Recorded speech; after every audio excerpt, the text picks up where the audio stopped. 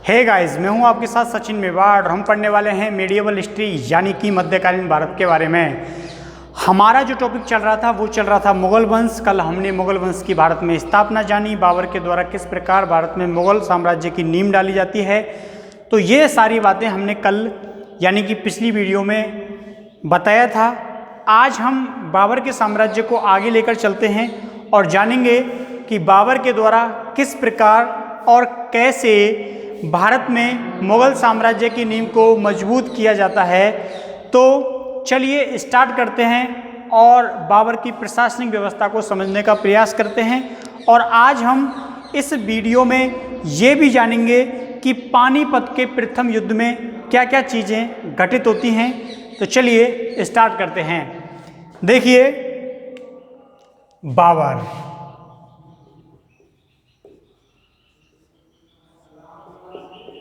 बाबर के बारे में कल हमने चर्चा की थी कि किस प्रकार ये 12 वर्ष की उम्र में फरगना के शासक बन जाते हैं और किस प्रकार इन्हीं के चाचा, इन्हीं के मामा और इनका जो सौतेला भाई होता है वो इनको इनके साम्राज्य से भगाना चाहते थे, परास्त करना चाहते थे। और इन्होंने ये बात भी कही थी कि मैं समुद्र के किनारे पड़े हुए कंकड़ की तरह हूँ, मुझ में हर कोई आके ठोकर मार देता है। और ये भी कहा था कि मैं शतरंज के बादशाह की तरह हूँ जो चलता फिरता रहता हूँ। और एक बात ये भी बोली थी कि मैं कभी भी एक जगह से ज़्यादा मैंने मुहर्रम जो है वो एक बार एक जगह पर नहीं बनाया, यानी कि मैं चलता रहता हूँ, कभी मुझे स्थिर नहीं रहने देते लोग, मुझे भगा देते हैं। मैं यहाँ जाता हूँ, कभी समरकंद जाता हूँ, कभी फरगना जाता हूँ, कभी काबुल जाता हूँ, कभी कांधार जाता हूँ। तो इसका जो बचपन था वो काफ़ी संघर्ष में गुजरा, ये भागता रहा और एक बार तो इस्माइल शाह के पास पहुँच जाता है। वहाँ जाके ये सुन्नी मत को त्याग देता है और शिया मत अपना लेता है, क्योंकि उस समय इसे ईरान के लोगों की क्या चाहिए थी, मदद चाहिए थी साम्राज्य पाने के लिए। इसलिए इसने अपने उद्देश्यों के लिए सुन्नी मत को त्याग दिया था, जिसकी जानकारी हमें इसके सिक्कों से मिलती है। तो ये हमने पढ़ा था कल। अब इससे आगे चलते हैं, ठीक है। देखिए, हमने कल यहाँ तक जान लिया था कि बाबर जो है वो भारत में प्रवेश करने की तैयारी में था, लेकिन भारत के बारे में बाबर ने सुना कहाँ? क्या इसे कोई सपना आया था या किसी ने इस बारे में इसे जानकारी दी थी? तो इसके पीछे एक छोटी सी कहानी है, मैं तुम्हें वो बताना चाहूँगा। देखिए, होता क्या है कि जो बाबर है वो काबुल के इलाकों में घूम रहा था और ये सोच रहा था कि मुझे कोई ऐसा क्षेत्र मिल जाए जहाँ मैं स्थायी शासन व्यवस्था जमा पाऊँ और अपना जीवन निर्वहन कर सकूं। लेकिन इसका जो सौतेला भाई था, इसके जो चाचा थे, इसके जो मामा थे, वो इसके पीछे हाथ धो के पड़े थे। जहाँ भी जाता वो वहीं पहुंच जाते थे। इसलिए इसके द्वारा क्या किया जाता है, ये घूमता फिरता काबुल का जो इलाके होते हैं यहाँ पर आता है। और जब ये यहाँ पर आता है तो इसको एक बुढ़िया मिलती है, उसकी उम्र लगभग 111 वर्ष के आसपास रही होगी, ठीक है। इसने अपनी आत्मकथा में इस चीज़ का उल्लेख किया है कि मुझे भारत के बारे में जानकारी कहाँ से मिली थी। तो एक बुजुर्ग बुढ़िया से मिली थी। उसने बताया था, उसने ये नहीं बताया कि तू जाकर भारत पर आक्रमण करना। उसने ये कहा था कि तैमूर ने भारत पर किस प्रकार आक्रमण किया था। तो उसने बाबर को तैमूर की कथा सुनाई थी और उसी से ये क्या हुआ था, प्रभावित हुआ था। और उसी दिन से इसने निश्चय कर लिया था कि मुझे क्या करना है, भारत पर आक्रमण करना है और भारत में जाके अपना साम्राज्य स्थापित करना है, ठीक है। तो ये सारी बातें कहाँ से मिलती हैं? तो ये सारी बातें बाबर की जो आत्मकथा है उसमें इसका क्या है, उल्लेख है।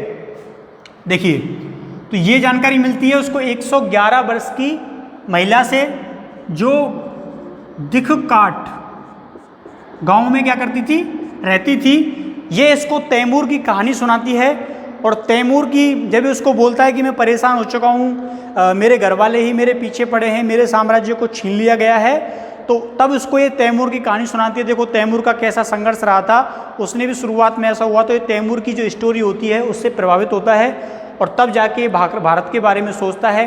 और यहाँ पर एक बहुत महत्वपूर्ण घटना और घटित होती है, वो मैं तुमको बताऊँगा कि इसने अपनी आत्मकथा में 2 हिंदू शासकों का उल्लेख किया है और 5 जो मुस्लिम शासक हैं उनका उल्लेख किया है। अब मैं किन किन के बारे में बात कर रहा हूँ, देखिए मैं जो बात कर रहा हूँ महत्वपूर्ण शासक रहे हैं राणा सांगा। तो राणा सांगा और दौलत खां लोधी, दौलत खां लोधी, ठीक है, और एक जाने पहचाने शासक हैं मेवाड़ के राणा सांगा, संग्राम सिंह, ठीक है, दोनों एक ही हैं। तो होता क्या है, ये दोनों क्या करते हैं, अपने दूत भेजते हैं बाबर के पास और बाबर से ये कहते हैं कि तुम क्या करो, भारत पर आक्रमण कर दो, इब्राहिम लोधी पर आक्रमण कर दो, क्योंकि इब्राहिम लोधी इन दोनों को क्या कर रहा था, परेशान कर रहा था। तो बाबर ने क्या समझा, ये स्वर्ण अवसर समझा, क्योंकि वो ऐसी चीज़ की तलाश में था कि मुझे तो साम्राज्य मिले, और उसके लिए सोने पे सुहागा था कि भारत के शासक उसकी मदद करने के लिए तैयार होते हैं, ठीक है। लेकिन दौलत खां लोधी ने ये सोचा था कि जैसे तैमूरलंग ने भारत पर आक्रमण किया था ऐसे ही बाबर आक्रमण करेगा, जैसे तैमूरलंग आक्रमण करके वापस लौट गया ऐसे ही बाबर भी लौट जाएगा। लेकिन उसके दिमाग में ये बात गलत साबित होती है। बाबर भारत पर आक्रमण करके वापस नहीं लौटता, वो भारत में ही जम जाता है। और जो दौलत खां लोधी सोच रहा था कि ये आक्रमण करके लौट जाएगा और सत्ता मुझे मिल जाएगी, ऐसा हरगिज़ नहीं होता। उसके बाद राणा सांगा ये कहता है कि मैंने बाबर के पास अपना दूत नहीं भेजा था, और ना ही उस समय के समकालीन इतिहासकारों ने इस बारे में कोई विवरण दिया है। लेकिन बाबर ने इस बारे में कहा है कि राणा सांगा का दूत मेरे पास आया था, लेकिन जब मैंने भारत पर आक्रमण किया तो राणा सांगा मेरी मदद करने के लिए नहीं आया, इसलिए इसको गद्दार संबोधित किया है उसने अपनी आत्मकथा में, और काफिर बोला है, ठीक है। क्या बोला है इसको, काफिर बोला है कि इसने मुझे आमंत्रण दिया, लेकिन जब मैंने आक्रमण कर दिया तो इसने मेरी कोई मदद नहीं की। ये सारी बातें उसने अपनी आत्मकथा में बताई हैं, लेकिन भारतीय इतिहासकार इस संबंध में क्या है, मौन हैं, ठीक है। तो चलिए अब थोड़ी बहुत थ्योरी लिख लेते हैं, कहानी तो सुन ली।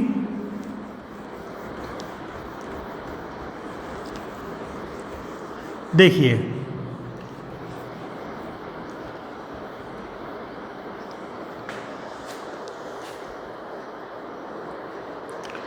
मैंने तुमको बताया था लास्ट वीडियो में कि 1511 से 12 में ये ईरान जाता है। ईरान में क्या करता है, इस्माइल खां से समझौता कर लेता है, सियामत स्वीकार कर लेता है। यहाँ तक कल मैंने लिखा दिया था, और ये भी लिखा दिया था कि इसकी जानकारी कहाँ से मिलती है, इसके द्वारा जो जारी सिक्के किए गए थे उन पर सियामत के क्या मिलते हैं, जो मंत्र होते हैं, जो कुछ थ्योरी होती हैं, उनका उत्कीर्ण किया गया है बाबर के सिक्कों के ऊपर, ठीक है।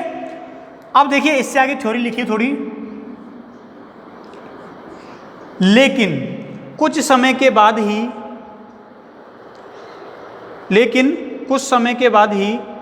1512 में, ठीक है, 1511 में जीता था और 1512 में वापस हार जाता है। तो 1512 में कुल ए मलिक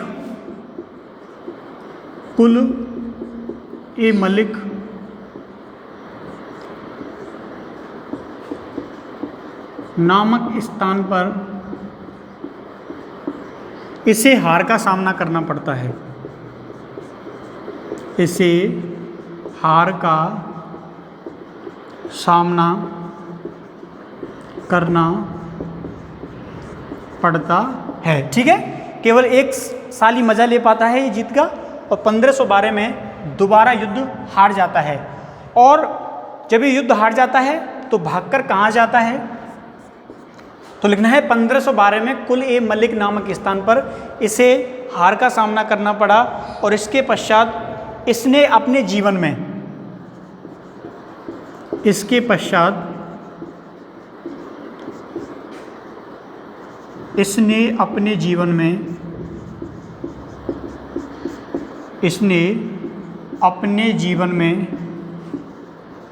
कभी भी समरकंद की ओर नहीं देखा, समरकंद की ओर नहीं देखा, ठीक है।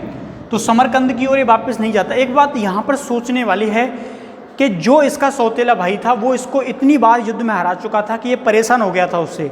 अगर सोचो वो भारत पर आक्रमण करता तो शायद एक और बड़ा शासक हमको मिल सकता था, एक बड़ा शासक भारतीय इतिहास में आ सकता था, क्योंकि वो बाबर को लगातार और कई युद्धों में परास्त कर चुका था, तो वो निश्चित ही बाबर से बेहतरीन और गजब का शासक रहा होगा। लेकिन वो अपने क्षेत्रों तक ही सीमित रहता है, उसने फिर भारत की ओर कभी बाबर का पीछा नहीं किया था। ठीक है, तो ये युद्ध में हार जाता है और युद्ध में हारने के बाद वहाँ से भाग आता है और दोबारा समरकंद की ओर नहीं देखा। इसके बचपन का सपना था कि मैं समरकंद पर क्या करूं, अधिकार करूं, क्योंकि समरकंद जो है वो तैमूर का क्षेत्र रहा था और ये तैमूर के क्षेत्रों को अपना क्षेत्र मानता था। ठीक है, तो उसके बाद क्या करता है ये, उसके बाद भारत के शासकों को एक चिट्ठी लिखता है और चिट्ठी में ये कहता है कि तैमूर के जो जो क्षेत्र थे उन क्षेत्रों को मुझे क्या करो, सौंप दो, क्योंकि मैं तैमूर का क्या हूँ, वंशज हूँ। ठीक है, तो भारत के शासकों को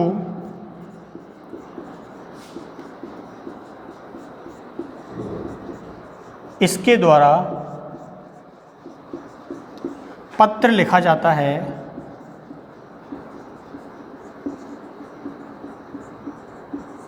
अब शासकों का मतलब क्या होता है, जैसे गुजरात में मुजफ्फर शाह का शासन काल था उस समय, मेवाड़ में किसका था, राणा सांगा का था, इब्राहिम लोदी का था, दौलत खान लोदी का था। ठीक है, तो इनको क्या लिखे, पत्र लिखे। तो भारत के शासकों को इसके द्वारा पत्र लिखा जाता है कि आप लोगों को मालूम होना चाहिए कि जब बहमनी साम्राज्य था तो मालवा और गुजरात को जीतकर तैमूर उसको गिफ्ट में देकर गया था, तो वही, तो इसके द्वारा पत्र लिखा जाता है कि तैमूर के क्षेत्रों को मुझे सौंप दिया जाए।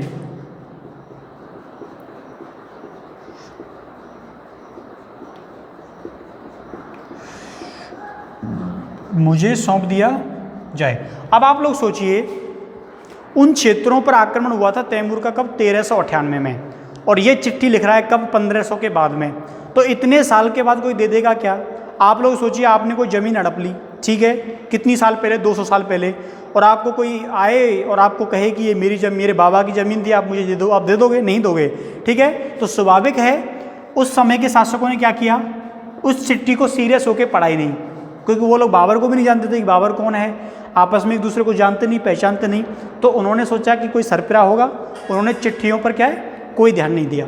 ठीक है, तो इसलिए ये चिट्ठी जो है किसी मतलब की नहीं थी उन शासकों के लिए भी, लेकिन बाबर ने एक बार इसका प्रयास किया था और इसका विवरण भी उसने अपनी आत्मकथा में कहा है कि मैंने भारत पर आक्रमण करने से पहले इनको एक बार पत्र लिखे थे। ठीक है, तो इसको मिटाते हैं और देखो आगे।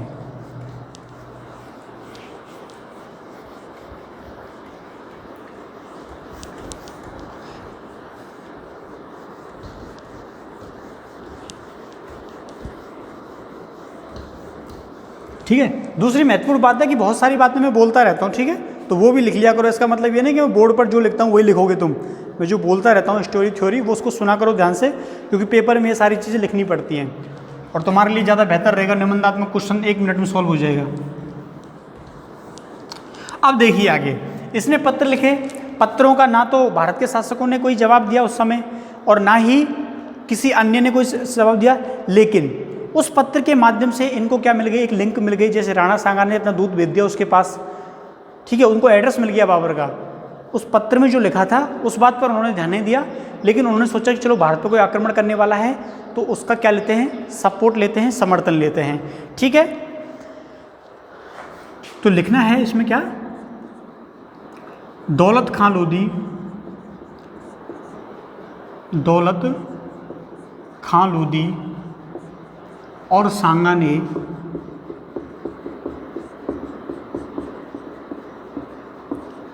अपने दूत बाबर के पास भेजे, बाबर के पास भेजे और भारत पर आक्रमण करने को कहा। ठीक है, क्या कहा, भारत पर आक्रमण करने को कहा। छोटा क्वेश्चन बन सकता है कि भारत के किन दो शासकों ने बाबर को भारत पर आक्रमण करने के लिए निमंत्रण दिया था। तो दोनों महानुभाव कौन कौन थे, दौलत खां लोदी पंजाब का था और हमारे सांगा साहब मेवाड़ के थे। ठीक है, अब देखिए यहाँ तक सब कुछ हो जाता है, लेकिन अब करते हैं बाबर के आक्रमणों की बात कि बाबर किस प्रकार भारत पर आक्रमण करता है और किन किन क्षेत्रों पर आक्रमण करता है।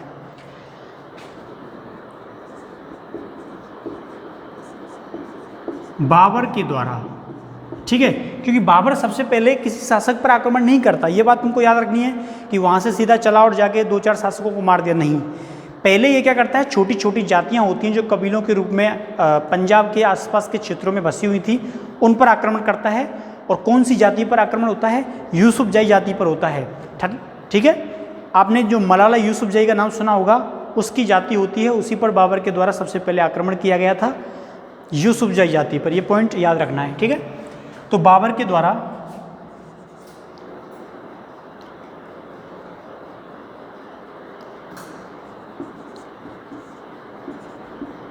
यूसुफजई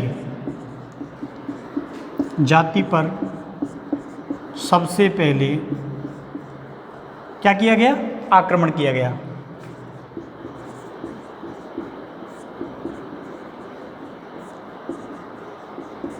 ठीक है, तो यूसुफजई जाति का जो क्षेत्र था, जो सिंध के आसपास ये लोग फैले हुए थे, इनके ऊपर आक्रमण किया जाता है, इनके कबीले को जीत लिया जाता है और यहाँ से बहुत सारे जो युवा थे उनको बंदी बना लिया बाबर ने और उनको अपनी सेना में क्या कर लिया, शामिल कर लिया। क्यों कर लिया, क्योंकि बाबर के पास अपनी सेना थी नहीं, कुछ गिने चुने लोग थे, उसकी सेना तो वहीं पर रह गई थी, उसके जो पूरी राज व्यवस्था थी वो वहीं पर रह गई थी फरगना के आसपास के क्षेत्रों में।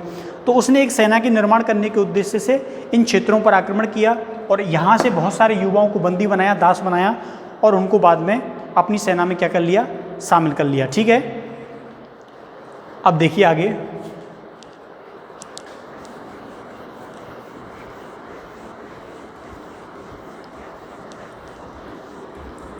सबसे ज़्यादा परेशानी आती है मिटाने में। ठीक है,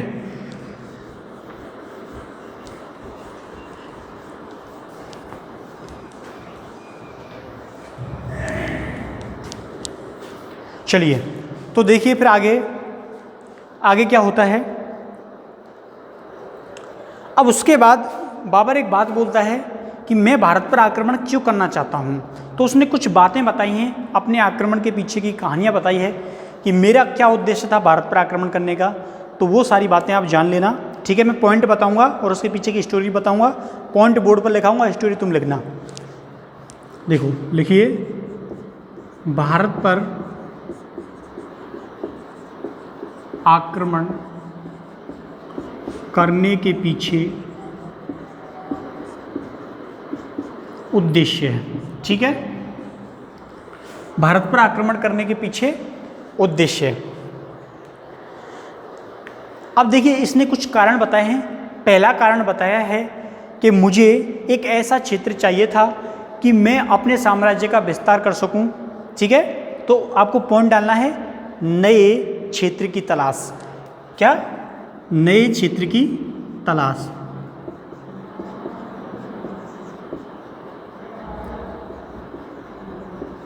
ये पहला पॉइंट हो गया। ठीक है, अब इस पॉइंट में तुमको लिखना क्या है वो मैं तुमको बताता हूँ। बाबर ने लिखा है कि वह एक नए क्षेत्र की तलाश में था क्योंकि उसके पैतृक क्षेत्रों को, कोष्टक में लिखना फरगना, समरकंद जैसे क्षेत्रों को उसके विरोधियों ने उससे छीन लिया, इसलिए वो अब एक राज्य विहीन शासक था, इसलिए उसे एक नए क्षेत्र की तलाश थी, इसलिए भारत को वो इसके लिए सबसे उपयुक्त जगह मानता था। फर्स्ट पॉइंट ये हो गया। दूसरा पॉइंट ये है आय का स्रोत। आय का स्रोत, ठीक है, आय का स्रोत कैसे है। जो काबुल था, जो मुल्तान था, जो फरगना था, जो समरकंद था, तो यहाँ पर इस क्षेत्र में जो पैसे की इनकम होती थी वो बहुत कम होती थी। ठीक है, वो बड़ी सेना नहीं रख सकता था क्योंकि ये जो क्षेत्र है वो खनिज दृष्टि से मान लीजिए, कृषि की दृष्टि से मान लीजिए, इतना विकसित नहीं था उस समय जितना भारत था। तो भारत में जो आय के साधन थे वो क्या हैं, विस्तृत थे बजाय उन क्षेत्रों के। हेलीकॉप्टर आ गया क्या यहाँ पे, ठीक है, ये कॉलेज के ऊपर हेलीकॉप्टर आ गया, ठीक है, कोई बात नहीं। तो आय के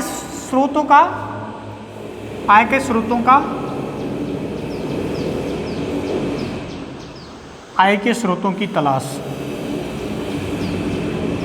कोई बड़ी बात नहीं है, आप लोग परिचित हैं इन सब चीज़ों से, क्योंकि जब लास्ट तुम्हारी वीडियो बनती थी तो मालूम है आप लोगों को क्या वो मोटरसाइकिल सी चलती रहती है, तो वही चल रही है। तो आय क्या, आय के स्रोतों की तलाश, ठीक है। तो इसके लिए ये कहानी बिल्कुल उपयुक्त है। अब देखिए आगे क्या होता है। तीसरा पॉइंट ये बताता है, तीसरा पॉइंट ये बताता है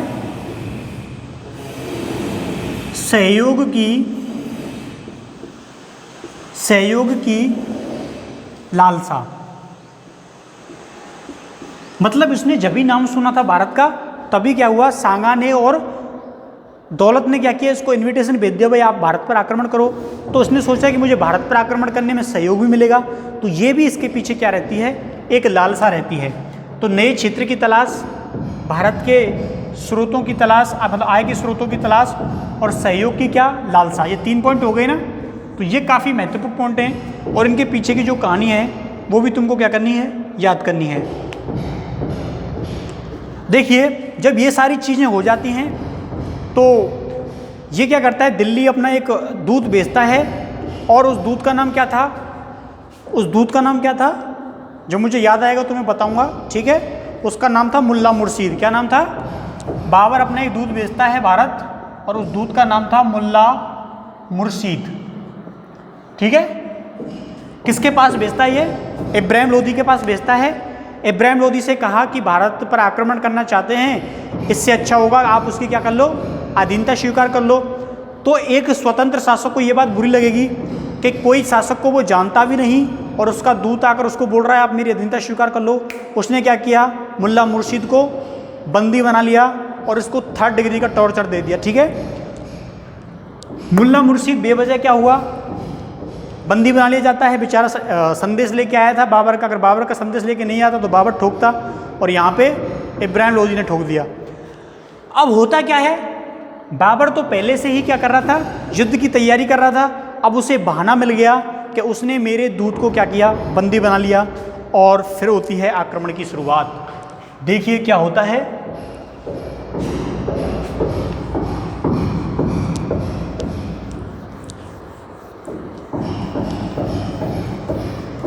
ठीक है। क्या होते हैं कि जो ये मिस्त्री होते हैं या मजदूर होते हैं, ये इतिहास के क्या होते हैं, वाहक होते हैं। खुदाई करना, तोड़ना, फोड़ना, ये सारे काम इनके होते हैं, ठीक है। आगे देखिए, जब मुल्ला मुर्शीद को बंदी बना लिया जाता है दिल्ली में, तो उसके बाद क्या होता है, बाबर अपने आक्रमणों की शुरुआत करता है। और आक्रमणों की शुरुआत के पीछे एक कारण भी बताया जाता है, क्योंकि पहले एक प्रथा थी कि दूत को कभी बंदी नहीं बनाया जा सकता, ठीक है। आप लोगों ने मालूम होगा, जो रामायण देखी होगी, रामायण में भी तो दूत आते जाते रहते थे, श्रीलंका जाता था, कोई भारत आता था। ऐसे ही वर्तमान में भी क्या होता है, एक दूसरे राष्ट्रों में एक दूसरे के दूत रहते हैं। पाकिस्तान का दूत हमारे यहाँ रहता है, हमारा दूत पाकिस्तान में रहता है, चाइना का यहाँ रहता है। तो कभी भी दूत को बंदी नहीं बना सकते, वर्तमान में भी नहीं बना सकते, ठीक है। एक महत्वपूर्ण बात बता रहा हूँ, जैसे भारत के अंदर क्या है, दूतावास होता है, पाकिस्तान के अंदर दूतावास होता है। तो उस दूतावास के अंदर जो आदमी रह रहा है, तो उस दूतावास के अंदर हम लोग, भारत के अंदर जितने भी दूतावास बने हुए हैं विभिन्न देशों के, उन दूतावासों के अंदर भारत की जो पुलिस है वो कभी प्रवेश नहीं कर सकती, ठीक है। हम चाहें तो जब तक जो दूतावास में व्यक्ति है कोई भी अंदर, उसको भारत की गवर्नमेंट अंदर जाकर पकड़ नहीं सकती, चाहे वो कितने ही साल उस दूतावास के अंदर रहे, 10 साल, 20 साल, 30 साल, ठीक है। क्योंकि जो दूतावास होता है वो उस देश का लैंड माना जाता है। और कोई भी देश, जैसे पाकिस्तान के अंदर हमारा दूतावास है, तो पाकिस्तान की पुलिस, पाकिस्तान की आर्मी, पाकिस्तान की गवर्नमेंट उसके अंदर प्रवेश नहीं कर पाएगी, ठीक है। किसी भी देश के दूतावास में कोई भी देश प्रवेश नहीं कर सकता। ऐसी संधि है संयुक्त राष्ट्र की कि कोई भी कंट्री किसी भी दूतावास में प्रवेश नहीं करेगी, उसके अंदर क्या एक्टिविटी चल रही है ये नहीं जान सकती, क्योंकि दूतावास दूसरे देश का लैंड माना जाता है। ये पॉइंट आपको याद रखना है। और ये प्रथा प्राचीन काल से चली आ रही है, ठीक है। तो ये क्या था, संधि का उल्लंघन माना जाता है। अब आगे देखिए बाबर क्या करता है।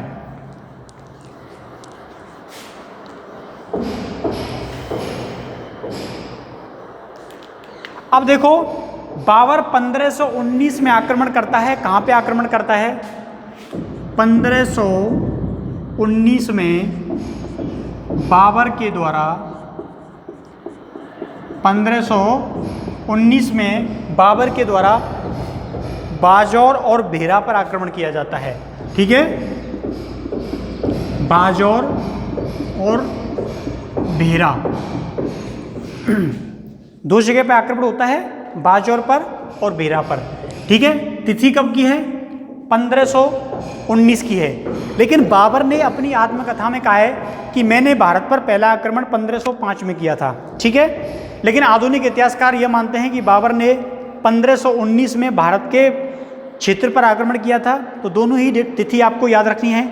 एक में बाबर खुद कह रहा है लिखकर, ठीक है, लेकिन उस क्षेत्र को ये लोग उस समय नहीं मानते थे कि ये एक आक्रमण था, क्योंकि यूसुफजई जाति पर आक्रमण करना भारत पर आक्रमण करने के बराबर नहीं था, क्योंकि उनका कोई राजा नहीं था, उन्हें कोई बचाने वाला नहीं था। जैसे आप लोग किसी पर आक्रमण करने जा रहे हो, रास्ते में गोलगप्पे वाली दुकान मिल गई, आपने उसको पीट दिया और कहो कि मैंने तो आक्रमण कर दिया। नहीं, आप किसी जाति पर आक्रमण करते हो, कोई कबीले पर आक्रमण करते हो, तो वो आक्रमण नहीं माना जाता।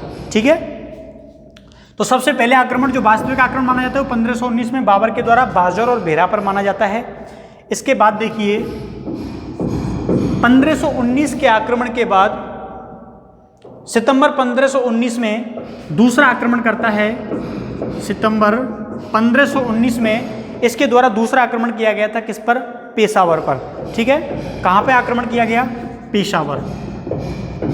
पेशावर पर आक्रमण किया गया। ठीक है, कहाँ पे आक्रमण किया गया? पेशावर पर आक्रमण किया गया था। इसके बाद जो नेक्स्ट आक्रमण इसके द्वारा किया जाता है वो 1520 में किया जाता है, और 1520 में आक्रमण कहाँ किया गया था? सियालकोट पर किया गया था। कहाँ पे? सियालकोट। सियालकोट। ठीक है, और इसके बाद जो नेक्स्ट आक्रमण इसके द्वारा किया गया था वो किया जाता है 1524 में। 1524 में कहाँ पे हुआ था? लाहौर पर। ठीक है, 1524 में लाहौर पर आक्रमण होता है, और इसके बाद आक्रमण होता है पानीपत का प्रथम युद्ध। वर्ल्ड फेमस युद्ध होता है पानीपत का प्रथम युद्ध। लेकिन पानीपत का प्रथम युद्ध हम कल नेक्स्ट वीडियो में पढ़ाएंगे, क्योंकि यहाँ के जो मिस्त्री हैं वो उतारू हैं कॉलेज को धूं धाएँ करने में। ठीक है, तुमको आवाज़ें आ रही होंगी। तो मिलते हैं कल यानी कि नेक्स्ट वीडियो में, तब तक के लिए थैंक यू, धन्यवाद, बाय बाय।